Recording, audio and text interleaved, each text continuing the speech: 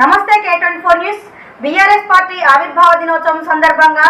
గన్పార్కులోని తెలంగాణ అమరవీరుల స్తూపం వద్ద మరియు ట్యాంకు బండ్ వద్ద ఉన్న ఆచార్య శ్రీ కొండ లక్ష్మణ్ బాపూజీ గారి విగ్రహానికి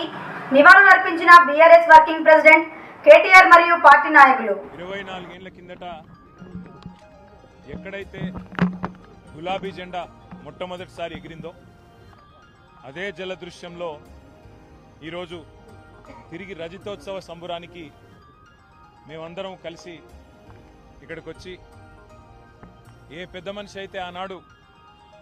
గులాబీ జెండాకు తెలంగాణ రాష్ట్ర సమితి అనే పార్టీకి ఏ అండా దొరకని నాడు,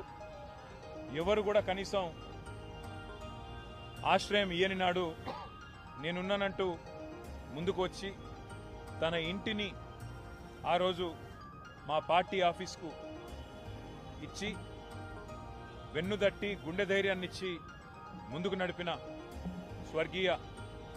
ఆచార్య కొండా లక్ష్మణ్ బాపూజీ గారి జలదృశ్యంలో ఈరోజు మళ్ళీ వారికి నివాళులు అర్పించి కలుసుకోవడం గొప్పగా ఉంది, సంతోషంగా ఉంది. పెద్దలు కొండా లక్ష్మణ్ బాపూజీ గారు కానీ,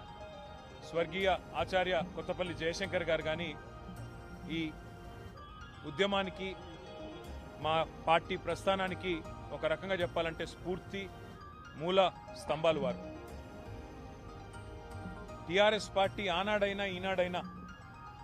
ఉద్యమ పార్టీగా రాష్ట్రాన్ని సాధించి అధికార పార్టీగా ఉజ్వల తెలంగాణను ఆవిష్కరించి ఇవాళ ప్రతిపక్ష పార్టీగా ప్రజల పక్షాన గట్టిగా నిలబడి పోరాడుతున్నది అంటే ఆనాడు ఇట్లాంటి పెద్దలు అందించిన ప్రజాస్వామిక స్ఫూర్తి,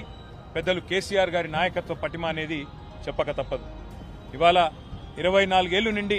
25వ సంవత్సరంలో అడుగు పెడుతున్న సందర్భంగా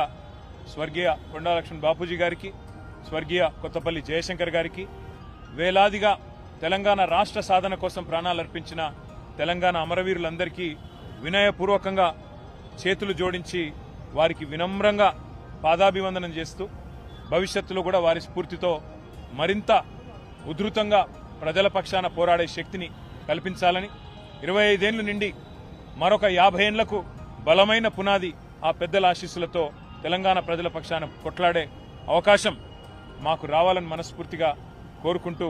సహకరించిన పాత్రికేయ మిత్రులకు కూడా 24 ఏళ్లుగా ఉద్యమంలో, తర్వాత అధికార పార్టీగా, ఇవాళ ప్రతిపక్ష పార్టీగా అడుగడుగునా సహకరించి మాకు అండగా నిలబడ్డ జర్నలిస్ట్ అన్నలు, తమ్ముళ్ళు, పేరు పేరున తెలంగాణలోని సబ్బండ వర్గాలకు కూడా హృదయపూర్వకంగా నమస్కారాలు, వినమ్రంగా ప్రణామాలు. Thank you.